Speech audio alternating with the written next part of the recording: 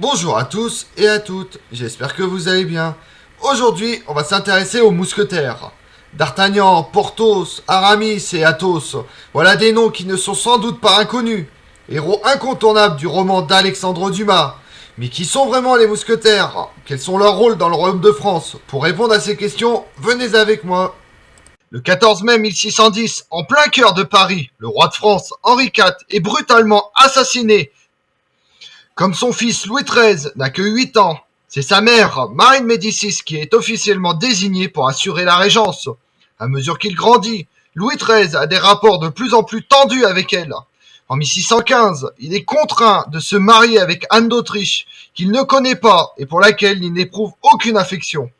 L'année de ses 16 ans, Louis XIII n'y tient plus. Il chasse Marie de Médicis, fait exécuter son favori, Concino Concini, et s'empare du pouvoir, aidé par le duc de Luynes. Lorsque ce dernier meurt en 1621, il est remplacé par le cardinal de Richelieu, nommé principal ministre de Louis XIII en 1629. En ce début de XVIIe siècle, un climat d'insécurité règne sur le royaume de France. Il n'est guère prudent de se promener dans les rues de Paris quand la nuit commence à tomber. Dans l'entourage du roi, lorsqu'un individu devient gênant, il encourt le risque de se faire éliminer par ses concurrents. Résultat, les assassinats sont fréquents et chacun se méfie de son voisin. Louis XIII, qui n'a pas que des amis à la cour, est le premier à craindre pour sa vie. Dans ce contexte de violence et de troubles, le roi juge qu'il est nécessaire de s'assurer une bonne protection. Il décide alors de créer, en 1622, une garde spéciale entièrement vouée à sa personne. Pour cela, il détache les 50 carabins de la compagnie des chevaux légers de la garde, dont il dispose déjà, et les nomme mousquetaires. Ces hommes deviennent les agents de sécurité du roi de France. De la même manière qu'un carabin est un soldat qui porte une carabine, un mousquetaire est un soldat équipé d'un mousquet, l'ancêtre du fusil actuel. Le mousquet est plus puissant que l'arquebuse, dont on se servait auparavant sur les champs de bataille. Mais il reste lourd et peu pratique. Pour tirer une charge, il faut d'abord descendre de cheval, poser l'arme sur une fourquille, support qui maintient le canon, charger, allumer sa mèche pour pouvoir enfin tirer sur l'adversaire qui se trouve en face.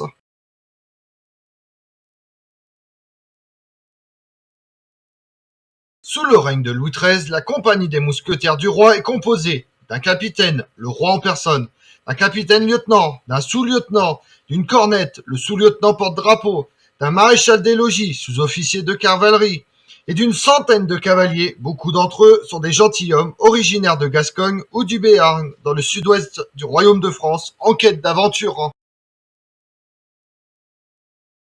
Excepté les 4 régiments d'infanterie connus sous le nom de Vieux Corps, Louis XIII n'a pas d'armée permanente. Autrement dit, lorsqu'il décide de partir en guerre, il doit faire appel aux nobles de son royaume et si besoin à des soldats étrangers, des mercenaires suisses, des lance-quenets allemands ou encore des soldats flamands. En 1635, il s'engage dans la guerre de 30 ans qui oppose les catholiques de la maison de Habsbourg, d'Espagne et d'Autriche aux princes protestants d'Europe centrale et du Nord, notamment le roi de Danemark et le roi de Suède. Pour réunir des troupes, le cardinal de Richelieu instaure un système obligeant chaque province française à fournir des hommes. C'est un premier pas vers la naissance d'une armée royale. Les mousquetaires appartiennent à la maison militaire du roi, ce qui signifie qu'ils sont attachés à sa personne. Que le royaume soit en guerre ou en paix, ils doivent l'accompagner dans tous ses déplacements, même lorsqu'il sort pour une partie de chasse. Ce contact direct avec le roi en fait des soldats privilégiés. De plus, ils reçoivent une solde toute l'année. Contrairement aux autres soldats qui ne sont payés que pendant les périodes de guerre, les mousquetaires sont recrutés uniquement parmi les gentilshommes ayant déjà servi dans les gardes. L'accès aux mousquetaires, corps d'élite et de parade, proche du roi, représente une promotion. En quittant ses rangs, on est nommé enseigne ou lieutenant dans les gardes ou officier dans les régiments. En l'absence d'école militaire, le passage sous les yeux du souverain permet de vérifier la compétence et la fidélité de chaque homme. Les mousquetaires sont d'abord des combattants à cheval, puis indifféremment à pied ou à cheval. Chaque compagnie utilise donc un porte-drapeau à pied et un porte-étendard à cheval. Ils forment la garde habituelle du roi à l'extérieur, la garde à l'intérieur des appartements royaux étant assurée par les gardes du corps et les gardes suisses. Les mousquetaires sont envoyés en première ligne lors des combats Ils ont la réputation d'être très audacieux et de s'exposer volontairement à de grands dangers. Ils s'illustrent notamment lors du siège de La Rochelle en 1627-1628 avec la présence du cardinal de Richelieu. Pour les récompenser de leur fidélité et de leur courage, Louis XIII se met personnellement à leur tête en 1632 et attribue le titre de capitaine-lieutenant à Jean de Perret, comte de Tréville. Bien qu'ils tirent leur nom du mousquet, l'arme de prédilection des mousquetaires est l'épée. Fine, tranchante et munie d'une garde en forme de coquille qui protège entièrement la main, elle est toujours prête à être tirée de son fourreau. Les mousquetaires s'entraînent à l'escrime, ils apprennent le maniement, les parades, les ripostes et les bottes. Malheureusement, ces techniques sont souvent utilisées dans les duels, combats au cours duquel deux adversaires s'affrontent jusqu'à ce que l'un tombe sans vie, malgré l'interdiction de l'édit qui interdit les duels dans le royaume de France, signé par Louis XIII et le cardinal de Richelieu. Exposé lui aussi à des risques de complot et d'assassinat, le cardinal de Richelieu est autorisé à se créer une garde rapprochée. Ces hommes sont également armés de mousquets, mais on les appelle plus simplement les gardes du cardinal. À la différence des mousquetaires du roi, qui sont à cheval, portent une casaque bleue ornée d'un galon d'argent et de grandes croix à fleurs de lys. Les gardes du cardinal se déplacent à pied ou à cheval et revêtent une casaque rouge ornée d'un galon blanc et de croix blanches. Ces deux compagnies ne cessent d'entretenir entre elles des jalousies et autres petites rivalités. Lorsqu'ils ne sont pas sur les champs de bataille, les mousquetaires ont le devoir de s'entraîner régulièrement à l'épée dans des salles d'armes et de monter à cheval pour améliorer leur niveau d'équitation. Quand le roi organise des parades équestres ou des fêtes de cour, ils sont tenus d'y participer. Ils doivent enfin assurer la sécurité de Paris en effectuant des rondes. Dans l'ensemble, cet emploi du temps n'est toutefois pas très strict et laisse aux mousquetaires le temps de se divertir. Au milieu du XVIIe siècle, en l'espace de quelques mois, les mousquetaires perdent leur protecteur. Le cardinal de Richelieu meurt le 4 décembre 1642 et le roi Louis XIII le 14 mai 1643. Louis XIV, fils de Louis XIII et d'Anne d'Autriche, est encore trop jeune pour régner. C'est donc sa mère qui assure la régence du royaume, aidée par le cardinal Mazarin. Or, ce dernier juge que la compagnie des mousquetaires coûte trop cher et perturbe l'ordre du royaume de France.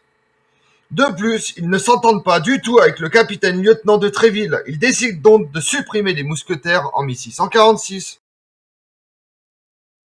L'histoire des mousquetaires ne s'arrête toutefois pas là.